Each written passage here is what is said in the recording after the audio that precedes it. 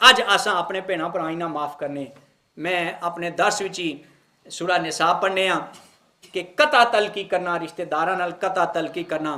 اللہ تبارک و تعالیٰ فرمایا جڑا بندہ یہ چاہنا کہ اس نے رزق وچ برکت ہوئے، جڑا بندہ یہ چاہنا کہ اس نے عمر زیادہ ہوئے، عمر تو اللہ لکھی نا، لیکن وہ زیادہ بھی وہی کری سکنا نا.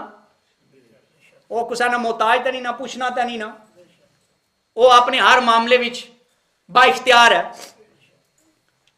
تے جڑا بندہ یہ چاہنا اس نے عمر وچ اضافہ ہوا ہے، اس نے رزق کی برکت ہوا ہے، اور وہ پیڑی موت نہ مرا، چنگی موت مرا. حضور فرمایا وہ اپنے رشتہ داراں نال اچھا تعلق قائم کرے.